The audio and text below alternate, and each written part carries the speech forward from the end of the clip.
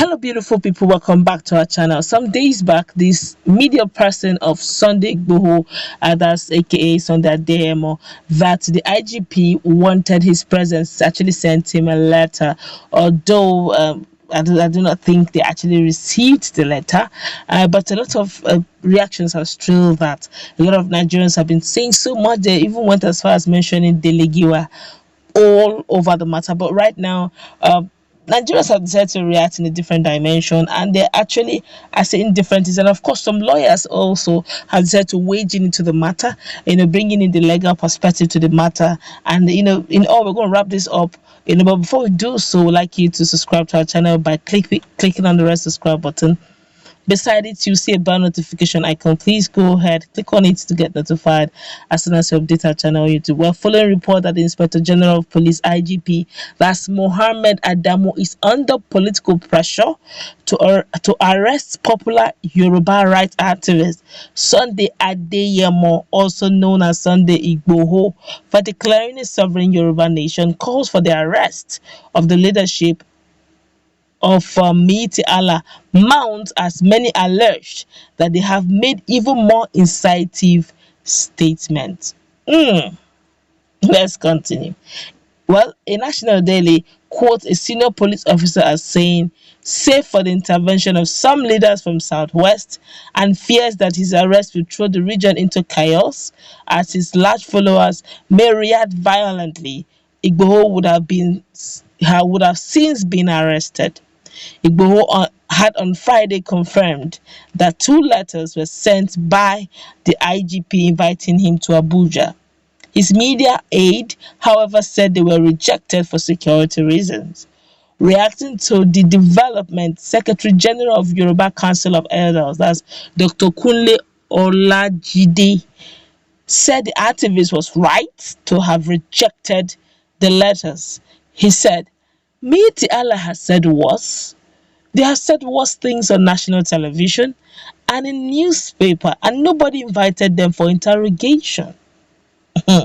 Dr. Olajide therefore called on security agencies to be independent and not to be partisan. Honestly, technically speaking, I think that's what actually suffering right now in Nigeria, and where bodies that ought to be independent, to be apolitical, are not just political, they're even card-carrying members as well. And you begin to wonder then, if organizations that ought to be apolitical are already political and are card-carrying members of those political parties, then Nigeria is in trouble. Which means any ruling party that is, on the block, and the agencies report to the ruling party, all other persons, may not get fair judgment, and that may not all go well for the democracy in Nigeria, though ought to have grown, to maturity stage, but it's still at the cradle level because of the way it is being mismanaged technically. But let's continue anyway. Well, on his part, senior advocate of Nigeria, that's Chief Mike Ozehom, said it was morally wrong for the police to go after Igboho, while the leaders of Miyetti Allah have not been invited or arrested for their actions. Morally, he said, not legally now, but morally wrong. He said Miyetti Allah have come out repeatedly to own up to many killings, mayhems, invasion of farmlands, rape of innocent women, but the leaders are allowed to walk freely. Barrister Mike therefore urged the police to go after them first, adding that calls for self-determination are globally recognized, which means it is within the ambience of the law. Another senior advocate of Nigeria, that's Chief Ifedayo Adedipe, said Igboho did not commit any crime by refusing to collect the letters. A former vice president of the Nigerian Bar Association, Monday Obani, however, advised Igboho to honor the invitation in company of his lawyer. Okay, it makes a lot of sense. Okay, it makes a lot of sense. But let's start from the last statement made by the lawyer. The senior advocate of Nigeria. Yes, he can actually honor that invitation using the lawyer, but we all know in Nigeria, these are serial crimes. in Nigeria, if he's one that is being sought out for, as in Nigeria, the government of the day is actually looking out for him, and he carries his two legs and enters and honors that call. The lawyer, they will allow his lawyer to walk away, but to go remain behind bars. They shouldn't. If he wants this, I'm just saying it the way it is. Really, I'm being very objective. The way it happens in Nigeria. Okay, it has happened to someone more so before, not once, not twice. Okay, yes, this is what the law says, this is what even the judiciary has said, but what is being enforced will be slightly different. So if you are saying you want to go by the law, it's reasonable really, if it is insane claims. But in Nigeria, I would rather, just like every other person have been saying, some of the lawyers have been saying, on the level of morality, that let's start with the Meitiala. When during that issue of hate speech, they be shouting that they should need to, what hate speech does, it incites the people and all that and all that. I thought that hate speech whole saga would start with the Meitiala. They talk sometimes unbridled, as in unbridled.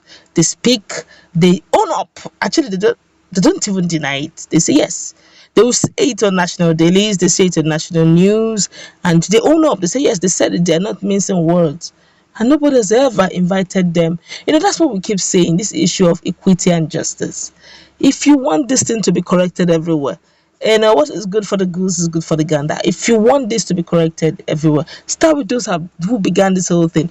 No one is a custodian of insightful words, but if you really want to stop it from growing in leaps and bounds in Nigeria, then by all means, anyone who does it, go after them. Let it be, let the person be brought to book. But in a situation where you jump Peter to meet Paul, people will begin to ask you, okay, first of all, go and meet Peter first. When you're done with Peter, then you come to Paul. That way, equity and justice may be, observed, and the sovereignty of Nigeria then may be preserved. Otherwise, everybody's seeing marginalization already. Okay, but the question is, will they actually send Ivy an invite to meet Yala leaders? Time will tell. But as it is now, with Sunday Igboho still being in the country, they made the first attempt, although they said they were actually not the one, and to arrest him. Thank God for his followers. If Sunday Igboho stays in this country the way it is going, don't you think there may just be another attempt over his life? I wouldn't know, but let's see how it plays out. Don't also forget he has quite a lot of supporters on ground. It may not all go well if they try to go the commando style, but if they go the legal form, where he, of course, if also the IGP and the police, whoever it is that's inviting him, can make it public that they're inviting him and ensure that he's safe, by all means, just maybe he may consider honoring it. Of course, alongside Mitiala leader who have been doing all the insightful statements at some point in history. That's going to wrap it up.